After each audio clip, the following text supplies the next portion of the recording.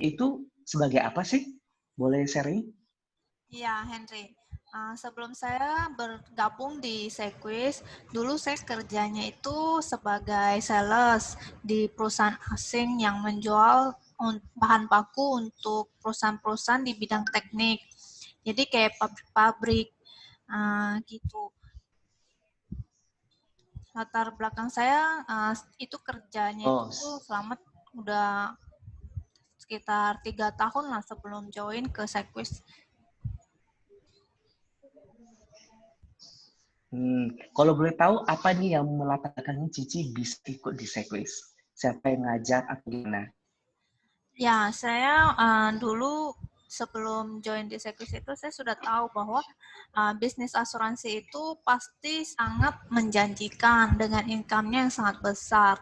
Jadi dulu sebelum join di Sequis itu saya pernah join juga di perusahaan lain. Tapi karena masih kerja, jadi ada keterbatasan. Jadi mendapatkan surat terminasi surat cinta. Terus ada satu saat itu saya Oh, dikenalkan oleh customer saya uh, dengan calon suami saya waktu itu yang sekarang ini adalah VP Swanto. Jadi waktu itu saya memang bergabung karena mendapatkan pasangan hidup agent Sequis. Gitu oh Henry. gitu ya.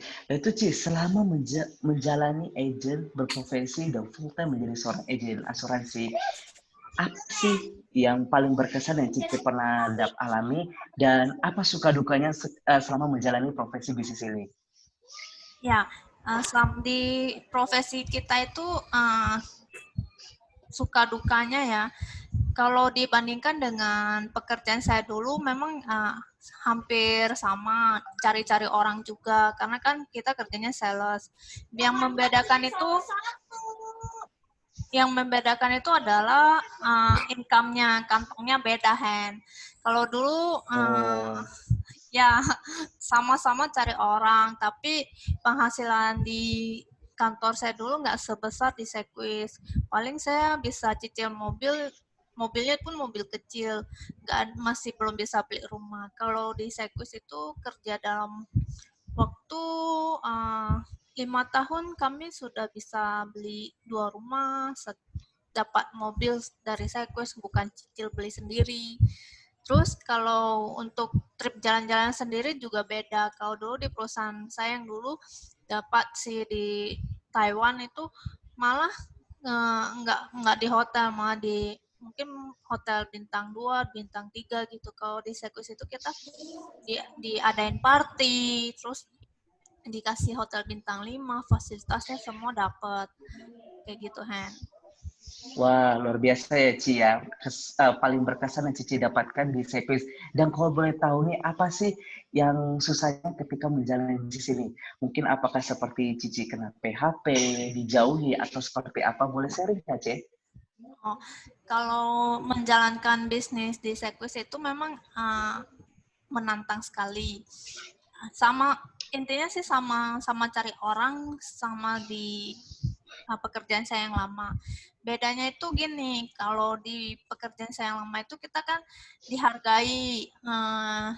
Kamu dari sekolah mana? Kamu gini dapat mendapatkan penghargaan dulu lah. Ketika kita buat janji itu pun dihormati. Tapi kalau di asuransi itu semua hilang. Itu nggak ada Oh, lagi artinya. Kalau kita jumpa orang, kalau walaupun kamu sekolahnya tinggi apa, kalau nggak kenal ya udah nggak nggak gitu respect. Jadi tantangannya itu adalah kita bagaimana buat pendekatan itu ke semakin banyak orang. Jadinya kita belajar lagi bagaimana menjadi lebih humble, bagaimana kita memperbaiki diri kita menjadi lebih uh, bisa bergaul dengan orang-orang gitu, lebih memperbaiki hubungan dengan keluarga dan teman-teman yang dulunya kita mungkin ya udah kalau nggak mau ya sudah gitu. Kalau di asuransi itu sendiri kita harus memperbaiki diri kita semakin hari semakin baik. Oh, ya luar biasa Ce. Ini kita lihat kan di profil Cici ini banyak nih ya penghargaan dan prestasi yang Cici dapetin selama bergabung di Sequis. Dan kalau boleh sharing atau tipsnya bagi teman-teman yang hari ini baru bergabung, boleh nggak Cici sharingkan tipsnya? Atau Ya, pesan bagi mereka? ya kalau udah terjun di bidang ini, yang penting itu kita mesti fokus.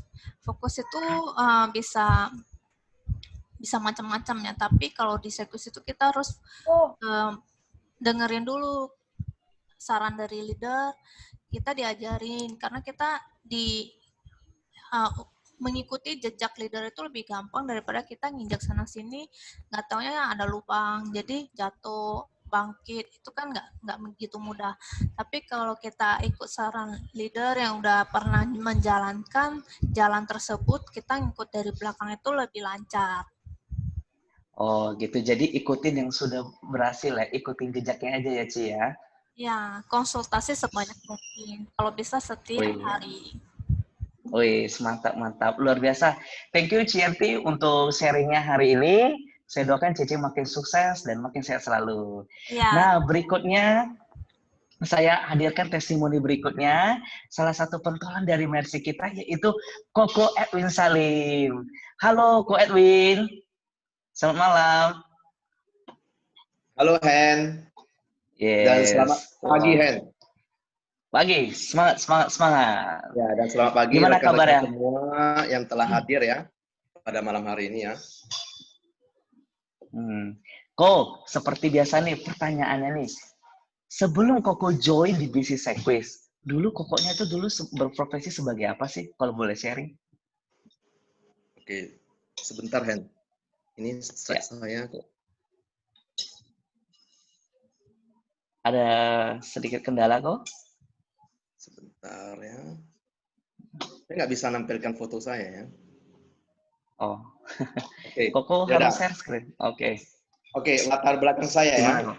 Oke, saya sejak tamat kuliah Hen, ya, sejak tamat SMA, berarti kebanyakan orangnya pasti kuliah ya teman-teman ya, betul ya. Nah, kebanyakan orang kuliah itu kan pasti tetap maksudnya tetap kuliah sambil tidak bekerja ya, maksudnya tidak bekerja. Tapi saya sejak dulu saya kuliah itu udah sambil kerja, ya. Jadi ibaratnya saya kerja itu dari jam 8 sampai jam 5, jadi habis itu lanjut lagi kuliah jam 7. Jadi istilahnya sama seperti apa istilahnya pergi pagi, pulang petang gitu. Nah, Penghasilan? karena berhubung saya menjadi karyawan plus lagi 4P lagi. Jadi pergi pagi, pulang petang, penghasilan pas-pasan waktu itu Oh, ya. iya Nah, iya. itu Lah itu, oke, jadi pertama kali mhm. saya kerja itu di bagian admin ya, bagian admin di perusahaan kontraktor. Oke, lalu itu saya cukup lama juga ya, hampir 3 tahun. Jadi saya termasuk ini orangnya loyalitas kan. Ya, saya termasuk orangnya loyalitas. Habis itu saya lanjut lagi, saya pernah di toko komputer sebagai graphic designer. Ya, Oke. Henry nggak pernah dengar ya, saya pernah jadi graphic designer ya. Iya, Jadi saya nggak nyangka kok. desain brosur, semuanya segala macam ya. Itu penuh kreativitas dan ide. Oke, lalu saya habis itu jadi graphic designer, terus saya dipercayakan lagi untuk mengurus marketing. Ya, jadi itu pertama kali saya terjun ke bidang marketing ya, ketemu dengan orang, bertemu dengan klien, itu segala macam.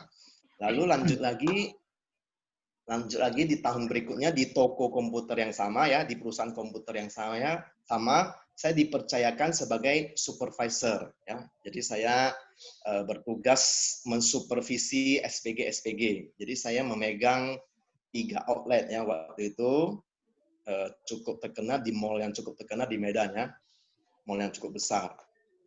Oke, lalu lanjut lagi, kemudian saya disuruh menjadi branch manager ya pada toko komputer tersebut. Jadi saya cukup lama ya di toko komputer itu, hampir sekitar 6-5 tahun. Ya, 6-5 tahun. Lalu saya keluar dan gabung di salah satu bank swasta terbesar di Indonesia ya, sebagai Credit Marketing Officer. Nah, itu latar belakang saya, Hen. Nah, kan Koko sudah banyak nih ya pengalaman kerja di berbagai tempat. Dan terakhir Koko di bidang keuangan ya, di bidang perbankan. Tentunya banyak dong tawaran dari yang Koko dapetin yang notabene asuransi. Banyak perusahaan asuransi yang Koko tahu. Tapi mengapa Koko memilih Sequis? Koko boleh sharing nggak? Oke, nah ini pertanyaan yang saya suka ini. Ya, saya suka dan saya suka berbagi dengan teman-teman yang menanyakan kenapa saya memilih Sequis ya, tepatnya ya, Hen ya. Ya. Oke, di layar tersebut saya join 2009 ya. Saya ini termasuk orang yang sangat kritis ya. Jikalau ada orang yang menawarkan saya sesuatu, saya pasti tidak serta mempercayai omongan orang tersebut gitu ya. Jadi saya biasalah ya, retake semua asuransi waktu itu yang di 2009. Jadi saya menemukan fakta ya, ini fakta ya. Saya menemukan fakta bahwasanya di 2009 Sequis itu adalah satu-satunya asuransi yang memberikan kesehatan sesuai tagihan. Ya, ingat ya teman-teman ya, 2009. Jadi Sequis itu termasuk termasuk pelopor asuransi sesuai tagihan, di mana waktu itu di semua perusahaan asuransi itu masih pakai limit. Ya, pasti pakai limit, itu nomor satu.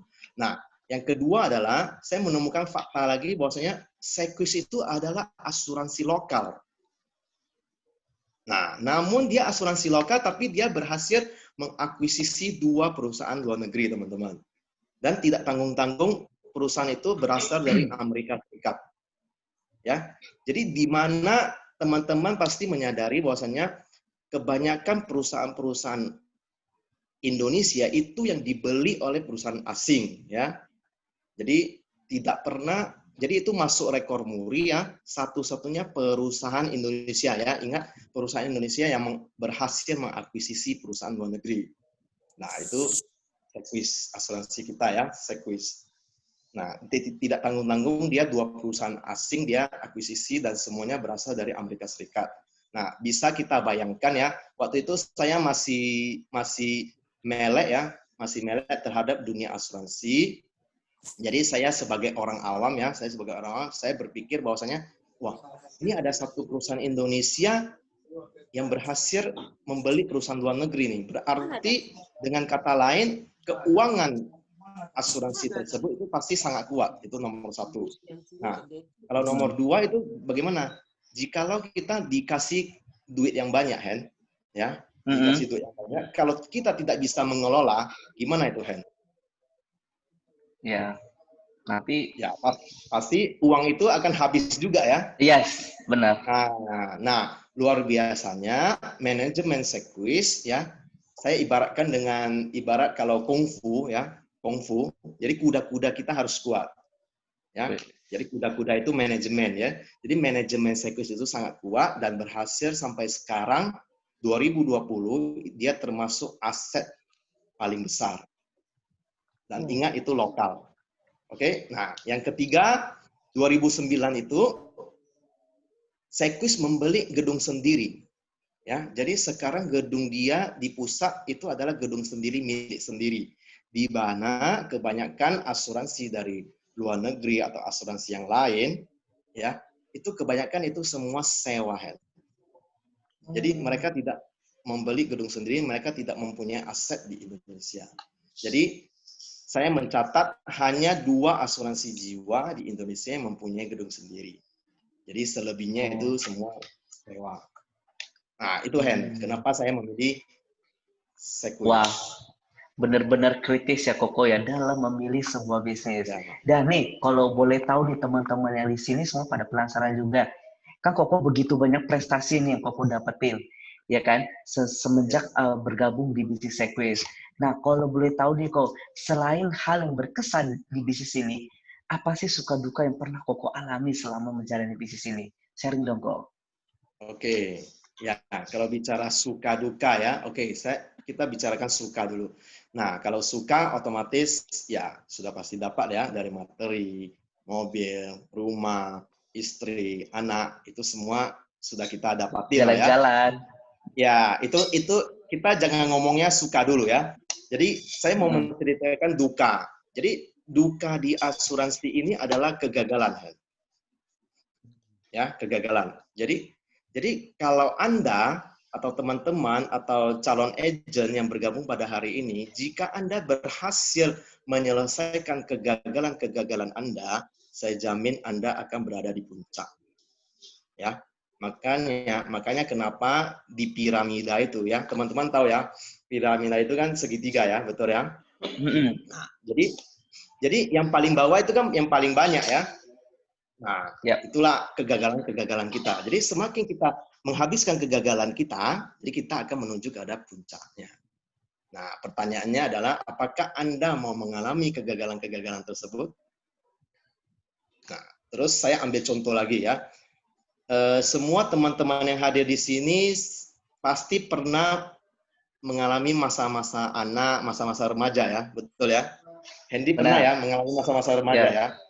Pasti nah, dong. Waktu Henry masih anak-anak atau remaja, pernah main game nggak? Pernah. Oke, Henry main game apa? Banyak ya, kayak Nintendo, PlayStation. Oke, kita ambil contoh Nintendo lah ya. Oke, berarti Henry pernah dengar permainan, kita anggaplah ya, permainan Mario Bros lah ya. Yes. Oke. Nah, Mario Bros itu kan waktu main kan itu ada penjahat ya, ada jurang. Jadi jika Henry main tiba-tiba masuk ke jurang, berarti kan permainan berakhir. Yes, game over. Oke, game over, betul. Nah, pertanyaannya adalah, apakah Henry langsung menutup Nintendo tersebut atau balik main lagi sampai Henry mencapai garis finish? Pasti kita ulang main lagi sampai dapat garis finish. Iya, jadi kebanyakan semua orang itu pasti akan tetap main lagi ya, tetap main lagi dan melanjutkan permainan tersebut. Ya, sama di bisnis asuransi ini. Jadi, teman-teman jangan berharap bahwasanya kita prospek 1 orang, prospek 10 orang, lalu kita gagal mendapatkan closing. Habis itu kita tutup permainan tersebut dan lanjutkan tidur.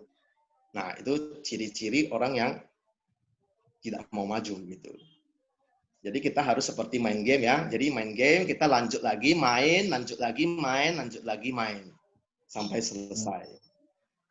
Nah, jadi itulah dukanya di asuransi. Jadi ibaratnya Anda harus habiskan kegagalan-kegagalan Anda. Itu saja. Jadi jangan berpikir kalau kita nggak berhasil closing itu adalah kegagalan seumur hidup. Jangan. Tapi kita anggap itu adalah prosesnya. Ya, mungkin orang tersebut tidak ingin beli saat sekarang, tapi belum tentu lagi 2-3 tahun mendatang, ya 5 tahun 10 tahun mendatang dia tidak akan membeli gitu. Ya, jadi harus yakin dan percaya bahwasanya apabila kita melakukan usaha kita dengan semampu-mampunya, maka Tuhan akan memberikan kita jalan. Amin, amin. Setuju kok. Tentunya dalam menjalani semua bisnis, tentunya semua pasti memiliki tantangan, cobaan, rintangan, jatuh dan bangun. Dan kita seperti tahu sendiri ya, banyak langkah untuk menuju kesuksesan, mau dari segala beda. Nah, kalau menurut Ko Edwin sendiri, bisnis asuransi itu ke depannya seperti apa? Boleh nggak Koko sharing sama teman-teman kita hari ini? Oke, sekarang ini kan zamannya zaman digital ya, zaman digital. Seperti yang kita hadiri pada malam hari ini, kita bertemu melalui Zoom meeting ya. Zoom meeting itu pun ibaratnya sudah digitalisasi ya. Oke, kita flashback kembali, kita lihat kondisi perekonomian saat ini ya. Kebanyakan kita sekarang memasuki zaman 4.0 ya, 4.0. Bisnis 4.0 di mana di bank customer service ya, teller itu semuanya kalau kita setor duit sekarang kan kita nggak harus melalui teller lagi. Sekarang melalui ATM aja kita udah bisa setor duit, betul ya? Nah, terus untuk buka rekening bank aja kita tidak harus datang ke kantor bertemu customer service, tanda tangan, juga sudah bisa sekarang ya, melalui aplikasi online kita sudah bisa buka rekening di bank. ya. Oke. Terus kita ambil contoh lagi, setiap orang yang hadir di sini kan pasti pernah pergi ke mall ya. Ya, kalau nggak pernah pergi berarti Anda kan berada di apa itu? Kampung-kampung ya. Nah, bercanda Manual, ya. masih manual ya, masih manual ya. Masih manual. Nah, jadi kan pasti semua orang pernah pergi ke mall. Nah, pertanyaan saya, apakah sekarang Anda masuk mall itu masih ada penjaga yang kasih Anda stroke marker? Atau Anda tinggal tekan mesin keluar stroke-nya? Sekarang udah mulai tekan tombol aja. Iya, sekarang udah mulai tekan tombol. Itu dulu ya, tekan tombol, terus waktu keluar masih ada petugas. Nah, sekarang bisnis 4.0, sekarang keluar pun tidak ada petugas parkir lagi. Ya, pembayaran kita sekarang sudah melalui ini ya, melalui aplikasi berbayar ya, aplikasi berbayar, atau di salah satu mall di Medan itu pakai kartu, dia bayar dulu baru boleh keluar ya. Jadi sekarang tidak ada petugas parkir lagi. Ya, itu pertama. Terus yang kedua, banyak juga aplikasi-aplikasi yang menawarin asuransi. Ya, ada juga yang melalui online, tapi itu dengan premi-premi kecil. Nah, pertanyaan saya adalah, jika Henry atau teman-teman yang hadir pada malam hari ini, boleh nanti tolong jawab di chat ya, apakah Anda berani memberikan duit 100 juta, ya, 200 juta, 50 juta, 400 juta, 500 juta, setor kepada sebuah aplikasi, tanpa Anda mengenal siapa orang yang akan menghandle Anda? Nah, boleh tolong dijawab, teman-teman? Yes, teman-teman boleh ketik ya komen di bawah ya. Nah, apakah nanti kita lihat.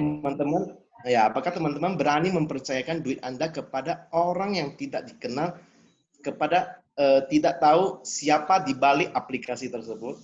Ya. Yes. Jadi Anda kalau mau klaim, kalau mau butuh sesuatu, Anda tidak memerlukan seorang agent.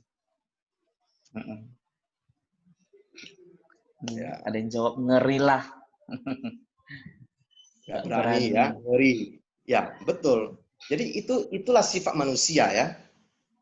Kalau duit kecil itu kita pasti ya gampang keluar lah ya, gampang keluar tanpa memikirkan resiko. Tapi kalau sudah di atas puluhan juta ya, 50 juta, 20 juta, saya yakin itu semua orang pasti akan berpikir 2 kali, 3 kali, bahkan sampai 10 kali Anda berpikir. Maksudnya Anda mau menyetorkan duit tersebut kepada aplikasi tersebut. Ya, yes. Walaupun aplikasi tersebut bisa dipercaya, tapi yakinlah nasabah atau kita sendiri, kita maunya dilayani. Ya. Apakah Anda mau pergi makan ke restoran, bayar mahal-mahal, Anda ambil sendiri, bayar sendiri, kan tidak. Jadi kebanyakan orang-orang kaya itu maunya dilayani, ya. Ada pelayan yang mengantarkan makanan, ada pelayan yang mengantarkan minuman, ya. Kita tinggal panggil, Mas, Mbak, daripada Anda cuma datang ambil sendiri, terus bayar sendiri, kan gitu. Nah, itu tidak heran, ya. Ya, itu yang kedua. Nah, yang ketiga adalah seperti yang tadi saya lihat di slide ya, yang dibicarakan oleh Henry, bahwa 90% masyarakat Indonesia masih tidak mempunyai asuransi. Ya, masih tidak punya asuransi. Jadi jadi ibaratnya hanya 10% orang yang mempunyai asuransi. Jadi kesempatan besar bagi Anda yang hadir pada malam hari ini atau calon agent yang belum bergabung, itu kesempatan masih besar. Jadi jangan mendengarkan bahwasanya orang ini sudah punya asuransi. Ya, padahal mereka sebetulnya belum mempunyai asuransi. Jadi menurut saya, prospek bisnis asuransi ini tidak akan tergantikan oleh teknologi atau ini. Cuma kita tetap didukung oleh teknologi. Ya, kita tetap didukung oleh teknologi, tapi yakinlah pada saya bahwasanya kita tidak akan tergantikan oleh robot atau sistem teknologi ini. Nah, gitu Ya, Hen. saya setuju juga ya seperti Koko ya.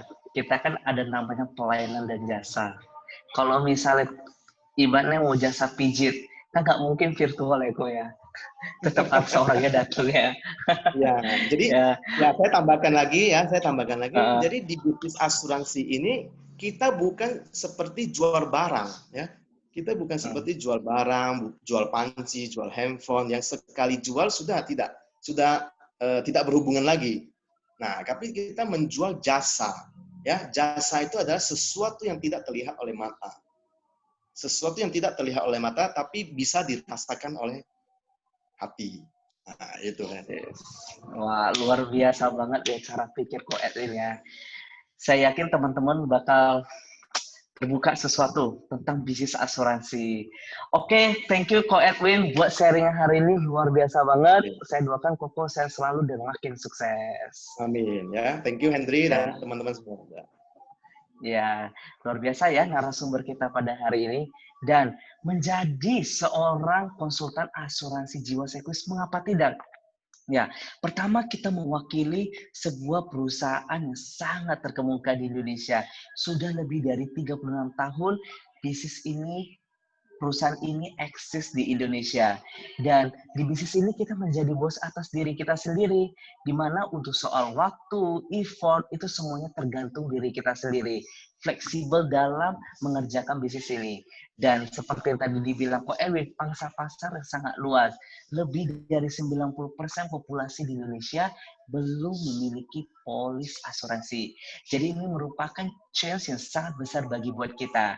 Dan yang keempat, penghasilan tidak terbatas. Jadi income di Sekus itu sangat tidak terbatas. Mengapa saya bilang begitu? Semakin besar teman-teman effort yang teman-teman berikan dalam bisnis ini, semakin besar juga income dan pundi-pundi yang akan masuk ke kantong teman-teman. Dan Sekus juga memiliki jenjang karir yang sangat jelas ya.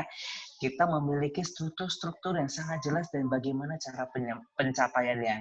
Dan yang terakhir yang sangat luar biasa dan sangat menyentuh hati saya, yaitu menjadi penolong bagi orang lain. Selain menjadi seorang pebisnis asuransi, kita juga sebagai penolong bagi orang lain. Kita bisa membantu begitu banyak keluarga dan orang-orang di sekitar kita. Nah, teman-teman, tanpa muluk-muluk nih, bagaimana sih dapat income tambahan 8 juta aja per bulan?